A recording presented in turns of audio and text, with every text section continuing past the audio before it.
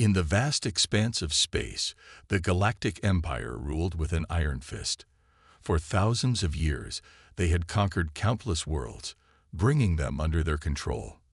Their massive ships and advanced technology made them believe they were unstoppable. One day, a scout ship returned from a far-off corner of the galaxy. The captain, a tall, blue-skinned alien named Zork, rushed to the Imperial Palace on the capital planet, Zeta Prime. He had big news for the Emperor. Emperor Xalan sat on his golden throne, his 6 eyes blinking with boredom. He was tired of the same old reports about obedient planets and crushed rebellions, but Zork's excitement caught his attention. "Your Majesty," Zork said, bowing low, "we have discovered a new planet. It's called Earth, and it's full of life." The Emperor leaned forward, suddenly interested. "Tell me more, Captain." Zork activated a hologram, showing a blue and green planet. Earth is home to billions of creatures called humans. They have basic technology and have only recently started exploring their own solar system. The Emperor laughed, a sound like grinding rocks. "They sound primitive. Are they any threat to us?" Zork shook his head. "No, Your Majesty. Their weapons are simple. They fight among themselves over land and resources. They would be no match for our forces." The Emperor's advisors gathered around, studying the hologram. General Kraz, the head of the Imperial Army, snorted in disgust. "Look at their puny vehicles. And those buildings, they wouldn't stand a chance against our smallest ship." Admiral Yara of the Imperial Navy nodded in agreement. "Their oceans cover most of the planet. How foolish. They don't even use that space for cities or factories." The Emperor raised a hand for silence. "This Earth may be primitive, but it could be useful. What resources does it have, Captain Zork?" Zork's eyes lit up. "Many, Your Majesty. Water, minerals, and a wide variety of plant and animal life. The humans have also built cities and farms. They could be good workers for the Empire." The Emperor thought for a moment, then smiled wickedly. "Excellent. We shall take this Earth and add it to our collection. General Kraz, prepare an invasion force." Kraz bowed, his chest swelling with pride. "It will be done, Your Majesty. How many ships should I send?" 100. 1,000. The Emperor waved dismissively. "Don't waste our resources, General. A single battle group should be more than enough for these weak humans." The advisors laughed, already imagining how easy the conquest would be. They started making plans for what they would do with Earth once it was theirs. As the meeting ended, only one person looked worried. Dr. Lyra, the chief scientist, frowned at the hologram of Earth. "Your Majesty," she said quietly, "perhaps we should study the humans more before we attack. Sometimes, primitive species can surprise us." The Emperor glared at her. "Nonsense. Look at them, fighting with projectile weapons and traveling in wheeled vehicles. What could they possibly do against our plasma cannons and gravity drives?" Dr. Lyra bowed her head, knowing it was useless to argue. "As you wish, Your Majesty." In the days that followed, the Imperial Palace buzzed with activity. Soldiers boasted about how quickly they would crush the humans. Officials argued over who would govern Earth once it was conquered. Everyone wanted a piece of this new weak world. Nobody bothered to look closer at the planet they planned to invade. They didn't notice the hidden strength of the humans or the fierce determination in their eyes. The Galactic Empire, in its arrogance, saw only what it wanted to see, an easy target. As the invasion fleet prepared to leave, Emperor Xalan gave a speech to his people. "Soon," he declared, "Earth will be ours. These primitive humans will learn what it means to face the might of our empire. They will serve us or be destroyed." The crowds cheered, eager for another victory. Little did they know, the humans of Earth were about to teach them a lesson they would never forget. While the Galactic Empire celebrated their upcoming invasion, Earth was far from defenseless. Unknown to the aliens, humans had detected their approach months ago. Dr. Sarah Chen, head of Earth's Deep Space Monitoring Program, was the first to notice the strange signals. At first, she thought it was a mistake, but as she double-checked her equipment, her heart raced. This was no error. Something big was coming. "We're not alone," she whispered, staring at her computer screen. Within hours, world leaders gathered in a secret underground bunker. The room was tense as Dr. Chen explained her discovery. "An alien fleet is heading our way," she said, her voice steady despite her fear. "Based on their speed and direction, they'll reach Earth in 6 months." President Maria Rodriguez of the United Nations stood up, her face grim. "Are they friendly?" Dr. Chen shook her head. "The signals suggest a military force. We must assume they're hostile." The room erupted in panic. Some leaders wanted to broadcast messages of peace. Others called for immediate evacuation to underground shelters. But General Jack Harper, a battle-hardened veteran, silenced them all with a sharp whistle. "Listen up," he barked. "We've prepared for this. It's time to activate Project Phoenix." Project Phoenix was Earth's best-kept secret. For decades, the brightest minds from around the world had worked together, hidden from public view. They developed technologies that seemed like magic, preparing for the day Earth might face an alien threat. President Rodriguez nodded. "Do it, and let's keep this quiet. The last thing we need is global panic." Over the next few months, the people of Earth went about their daily lives, unaware of the danger approaching. But behind the scenes, a flurry of activity was taking place. In a hidden facility deep in the Amazon rainforest, Dr. Yuki Tanaka put the finishing touches on a new type of body armor. It was lighter than Kevlar, but could withstand temperatures hotter than the sun's surface. "Let's see those aliens get through this," she said with a grim smile.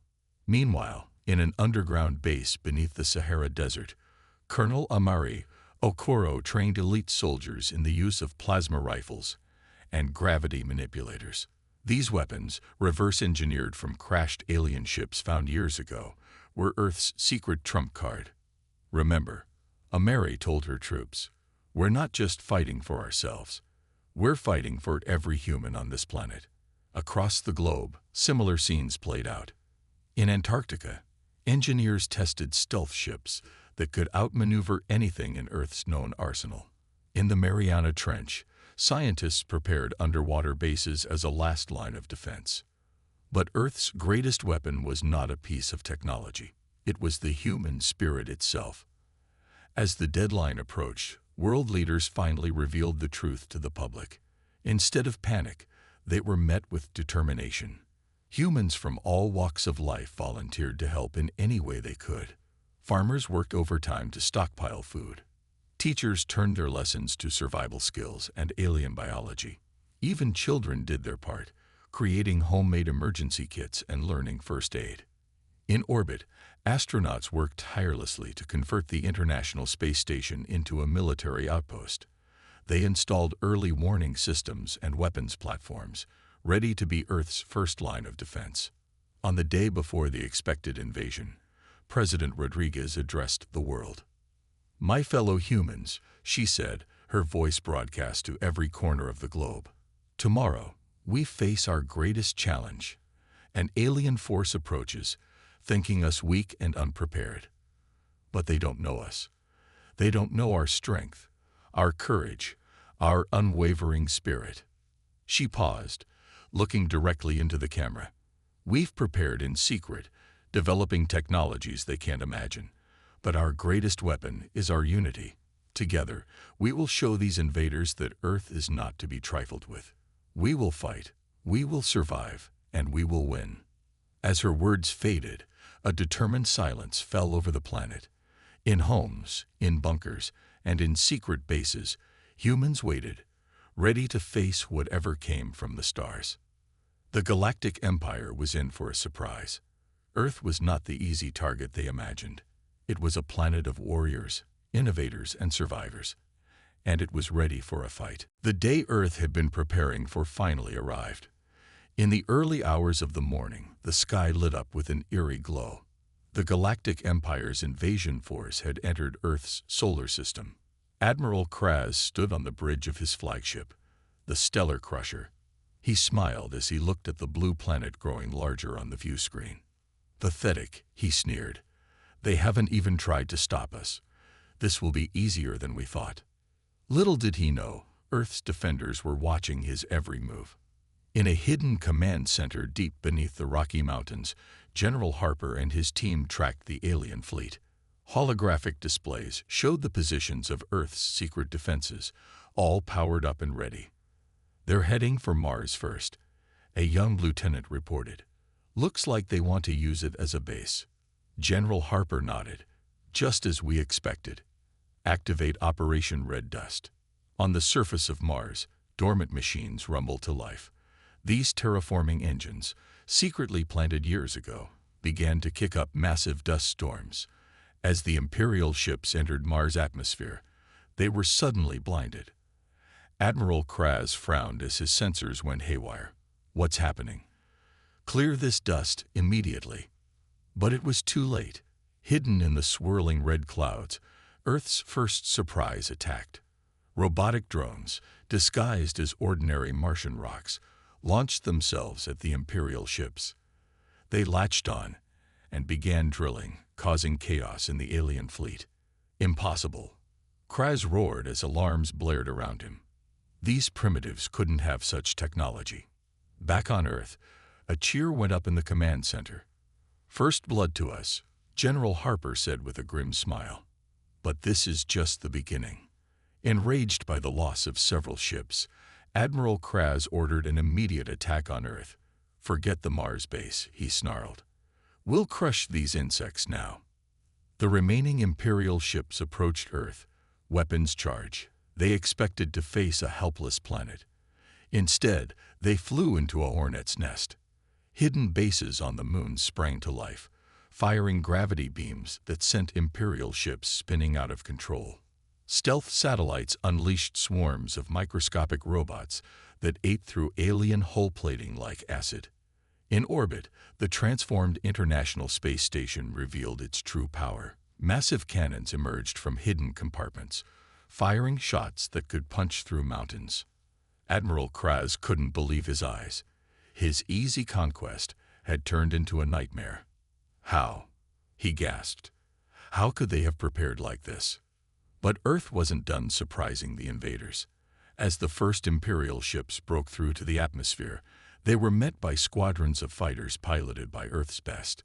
These planes, reverse-engineered from alien tech, danced around the bigger ships, striking hard and fast. On the ground, things were just as chaotic for the invaders. Dropships carrying alien troops were knocked out of the sky by hidden anti-aircraft guns. Those that made it to the surface found themselves facing soldiers in advanced armor, wielding weapons that matched or surpassed their own. In New York, a group of aliens cornered a squad of human defenders in Times Square. The alien commander laughed, thinking victory was assured. Then the humans activated their suits' special features. In a flash, they bounded away, leaping impossible distances and running up the sides of buildings. What kind of creatures are these? The alien commander cried as his troops fell to attacks from above. Similar scenes played out across the globe. The Empire's forces, so confident in their superiority, found themselves outmaneuvered at every turn. Humans seemed to appear out of nowhere, striking hard and vanishing before the aliens could respond. As the first day of the invasion drew to a close, Admiral Kraz stared at the casualty reports in disbelief. They had lost a third of their fleet and half their ground forces. Earth, which they had dismissed as primitive, had bloodied the nose of the mighty Galactic Empire. In the Rocky Mountain Command Center, General Harper allowed himself a small smile. "Send word to all forces," he ordered. Operation Homeland Shield was a success, but stay alert. Tomorrow, we take the fight to them. As night fell, both sides prepared for the battles to come. The Empire's invasion had begun, but not at all as they had planned. Earth had revealed its teeth, and the galaxy would never be the same. As the sun rose on the second day of the invasion, both sides prepared for the battles ahead. The Galactic Empire, still reeling from their unexpected losses, was determined to crush Earth's resistance. But the humans were ready to show even more of their hidden strength. In the scorching deserts of Egypt, a squad of Imperial soldiers advanced towards the pyramids. They had detected strange energy readings and suspected a human base nearby. Leading them was Commander Vex, a veteran of 100 conquests. "Stay alert," Vex growled to his troops. "These humans have tricks, but they're still inferior. We'll crush them today." Suddenly, the sand beneath their feet began to shift. Before they could react, the entire squad was swallowed up, falling into a hidden underground chamber. As they struggled to their feet, lights flicked on, revealing a scene that made even Vex gasp. They were surrounded by human soldiers in advanced exosuits. These weren't the clumsy machines the Empire had expected. Instead, they were sleek, almost invisible, and hummed with barely contained power.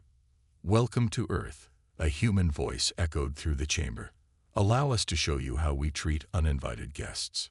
What followed was a display of combat prowess that shattered the Empire's remaining illusions of superiority. The human soldiers moved with impossible speed and strength, their suits enhancing every action. Energy shields flickered to life, deflecting alien weapons' fire, while the humans' own weapons cut through Imperial armor like paper. Commander Vex fought bravely, but it was hopeless. Within minutes, his entire squad was defeated, and he found himself face to face with the human leader, Colonel Fatima Hassan. "Impossible," Vex muttered as Fatima removed her helmet. "How can you primitives have such technology?" Fatima smiled grimly. "We're full of surprises, and we're just getting started." Similar scenes played out across the globe. In the frozen wastes of Antarctica, Imperial dropships found themselves tangled in energy nets launched from hidden bases under the ice. In the Amazon rainforest, alien troops were ambushed by human soldiers who seemed to melt in and out of the trees, their adaptive camouflage making them nearly invisible. But it wasn't just on land that humans revealed their true strength. Beneath the waves of the Pacific Ocean, a massive sea battle was unfolding. The Empire had sent a fleet to destroy what they thought was a helpless coastal city. Instead, they found themselves facing an armada of advanced submarines and aquatic mechs. Admiral Yara of the Imperial Navy watched in horror as her ships were torn apart by weapons she couldn't even understand. "What are these devices?" she demanded, staring at a readout of swirling energy patterns. "Quantum torpedoes, Admiral," her science officer replied, his voice shaking. They're phasing our hulls out of existence." In orbit, the space battle was equally fierce. Earth's fighters, piloted by the best from every nation, danced between Imperial capital ships. They moved in ways that defied the laws of physics, their pilots protected from impossible G-forces by inertial dampeners and neural links. Wing Commander Ji Chen led the assault, her voice calm as she directed the Earth fighters. "Remember your training," she said over the comm. "Use the gravity wells. Don't let them predict your movements." The Imperial pilots, used to straightforward space combat, found themselves completely outmatched. Earth fighters would disappear into artificial gravity wells, reappearing seconds later behind their targets. As the battles raged on every front, the Empire's commanders were forced to face a harsh truth. They had severely underestimated humanity. These weren't the primitive savages they had expected. Instead, they faced a species that had prepared for this moment, developing technologies and strategies specifically to combat an alien threat. In his command ship, now retreated to a safe distance, Admiral Kraz watched the battles with a mix of fear and grudging respect. "Send word to the Emperor," he ordered, his voice heavy. "The humans, they're not what we thought. This conquest may take more than we ever imagined." As the second day of fighting drew to a close, the people of Earth allowed themselves to hope. They had stood against the mightiest empire in the galaxy and not only survived but thrived. The war was far from over, but humanity had revealed its true strength. The Galactic Empire would never look at Earth the same way again. The news of Earth's unexpected resistance spread quickly through the Galactic Empire. Emperor Xalon, his 6 eyes blazing with fury, called an emergency meeting of his war council. How dare these insignificant humans defy us? He roared, smashing a holographic display of Earth. I want this planet crushed, no matter the cost. The Emperor's fury translated into action. Within days, a massive reinforcement fleet arrived in Earth's solar system. Thousands of ships, each larger and more powerful than those in the first wave, filled the space around the blue planet. On Earth, General Harper watched the new arrivals with growing concern. They're not holding back this time, he muttered, studying the tactical displays. This is going to be tough. The Empire's new attack was brutal and relentless. They had learned from their earlier mistakes and now used overwhelming force. Massive ships positioned themselves in orbit, raining down destruction on major cities. In New York, the Statue of Liberty crumbled under alien fire. In Tokyo, skyscrapers melted like candles in the heat of plasma beams. The Great Wall of China, which had stood for thousands of years, was reduced to rubble in minutes. Humanity fought back with everything they had. Advanced fighter jets dueled with alien craft in the skies. On the ground, soldiers in power armor stood their ground against waves of Imperial troops. In London, Big Ben's clock tower became an unlikely fortress. Captain Emma Stewart and her squad used its height to their advantage, sniping at alien dropships with long-range plasma rifles. "Keep it up, team," Emma shouted over the sound of battle.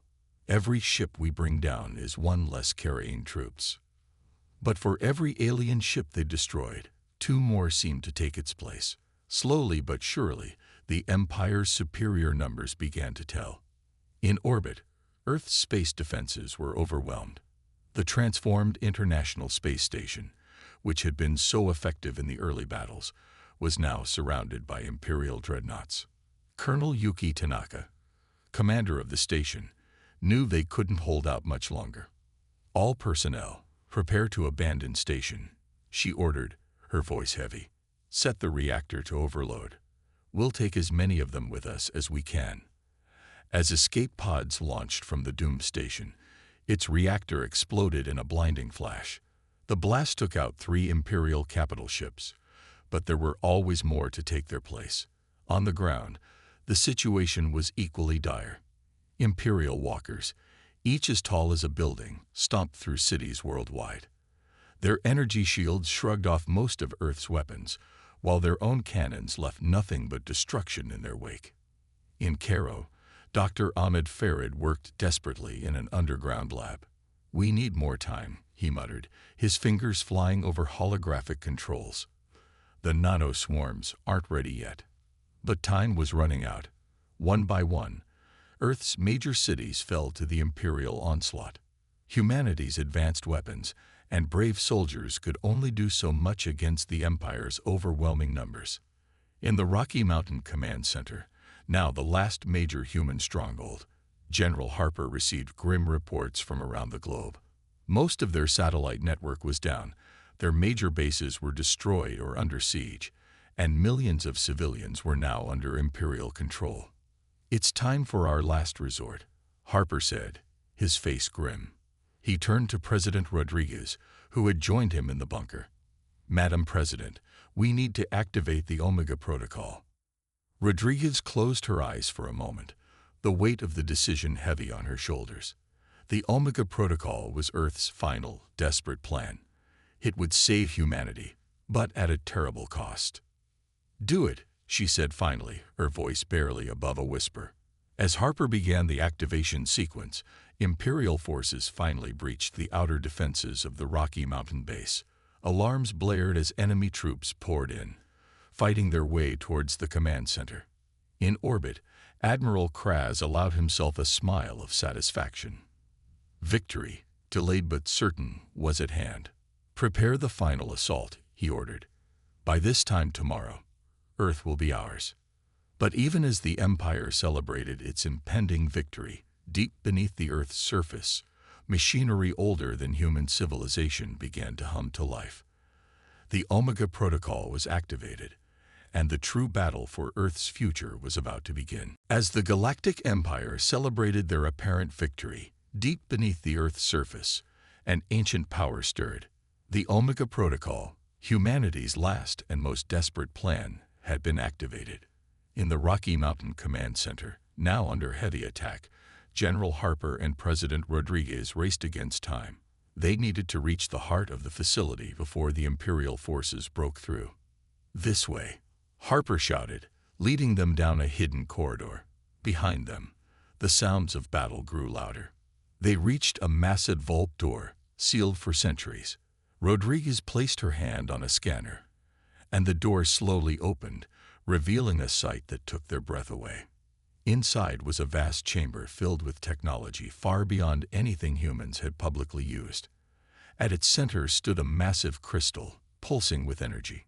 "The heart of Gaia," Rodriguez whispered, "Earth's true defense system." As they approached the crystal, the chamber came to life. Holographic displays appeared, showing the entire planet and the space around it. Harper placed his hand on a control panel.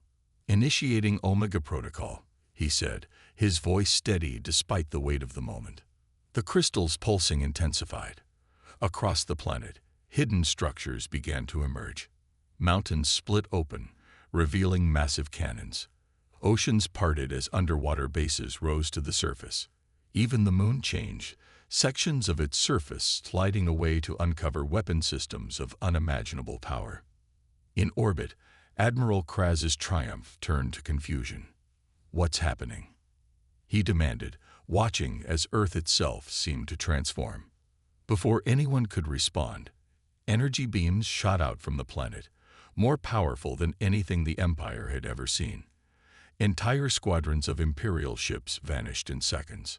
On the ground, the situation changed just as dramatically. The walkers that had been devastating Earth's cities suddenly froze, caught in powerful gravity fields. Human soldiers, their weapons and armor suddenly enhanced by the planet's energy, began to turn the tide. In New Delhi, Sergeant Arun Patel felt a surge of power through his exosuit. "This is incredible," he shouted, leaping impossible distances and tearing through alien defenses with ease. Similar scenes played out across the globe. Humanity, on the brink of defeat, was now fighting back with the full might of their planet behind them. In London, Captain Emma Stewart and her team emerged from the ruins of Big Ben, their weapons glowing with new power. "Let's show these aliens what Earth can really do," she said, leading a charge that sent Imperial troops fleeing in panic. The Empire's forces, so confident in their victory moments before, now found themselves outmatched on every front. Their energy shields crumbled under Earth's new weapons.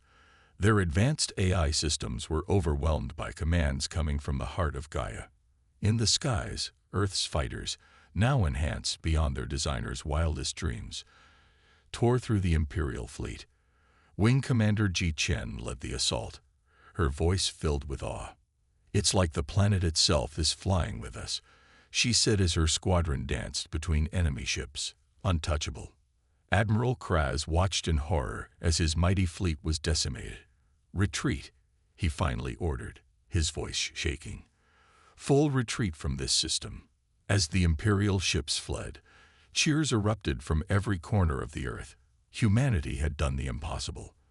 They had faced the galaxy's greatest power and emerged victorious.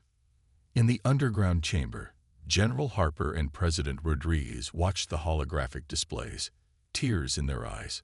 The heart of Gaia pulsed steadily, its power now flowing freely through the planet and its people. "We did it," Rodriguez said softly. "We saved Earth." Harper nodded, but his expression remained serious. "We did, but this is just the beginning. The Empire will be back, and next time, they'll bring everything they have." Rodriguez straightened, a determined look in her eyes. "Then we'll be ready. It's time for humanity to take its place among the stars." As the first day of Earth's true awakening came to a close, the people of the planet looked to the sky with new eyes. They had faced their greatest challenge and discovered strength they never knew they had. The Galactic Empire had wanted to conquer Earth. Instead, They had unleashed a power that would change the galaxy forever. In the months following Earth's stunning victory, the galaxy was abuzz with news of the small blue planet that had defied the mighty Galactic Empire. The Empire, once thought invincible, had been forced to retreat, its fleet in tatters. On Zeta Prime, the Empire's capital world, Emperor Xalon faced a crisis. His advisors argued loudly in the grand throne room, their voices echoing off the crystal walls. "We must crush them completely," General Kraz shouted, his fist pounding on the table. "Send every ship we have." But Admiral Yara shook her head. "Our forces are stretched thin. Another failed invasion could spark rebellions across the galaxy."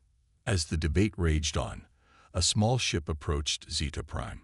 Unlike the Empire's sleek vessels, this craft was clearly of Earth origin, its design a mix of human ingenuity and the planet's awakened power.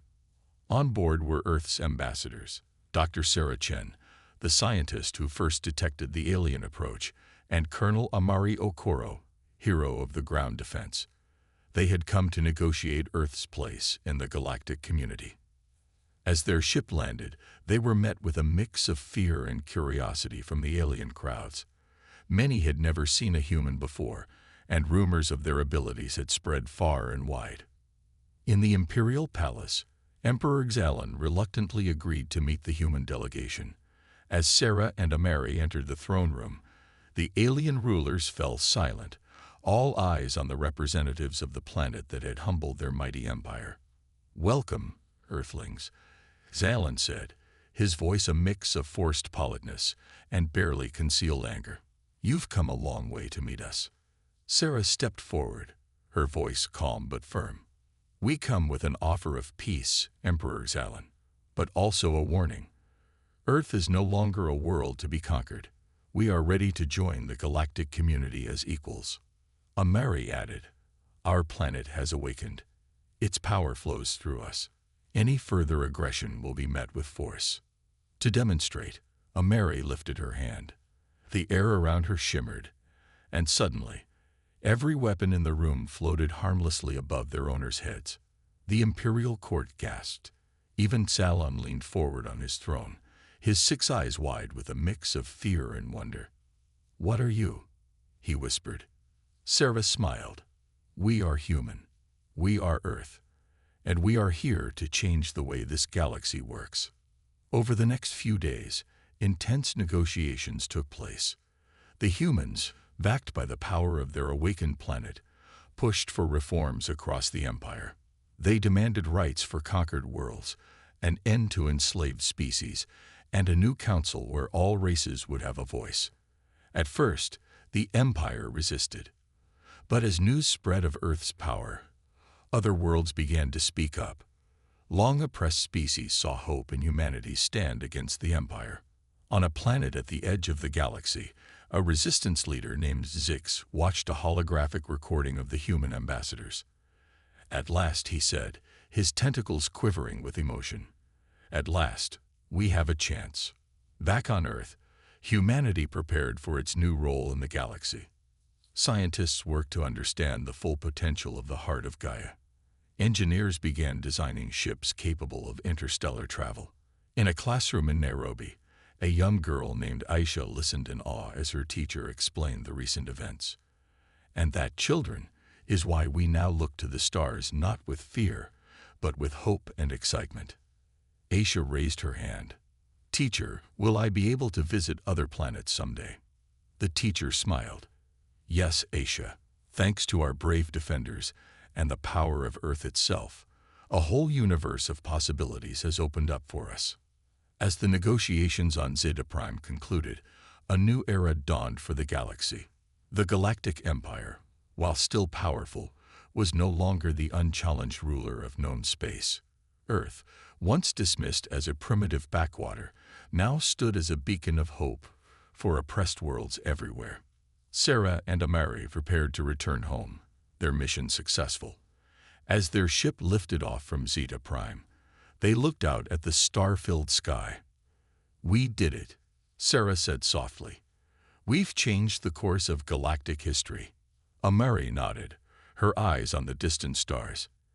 And this is just the beginning. The real adventure starts now.